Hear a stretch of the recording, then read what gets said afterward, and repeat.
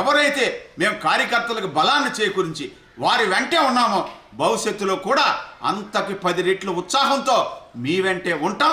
పార్టీలో మీకు ఉచితమైనటువంటి స్థానాన్ని కల్పించే బాధ్యత నేను తీసుకుంటా.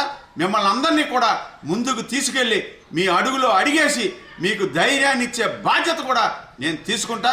ఇవాళ ఈ నియోజకవర్గంలో ఉన్న కార్యకర్తలందరినీ నేను కానీ కొట్టి సత్యనారాయణ గారు కానీ ఎంపీ గారు కానీ మా గుండెల్లో పెట్టుకుని చూస్తాం. మీకు ప్రతి విషయంలో కూడా మీ అడుగులో అడిగేసి మీ ముందుకు మేము నడిపించుకుంటూ వెళ్తాం.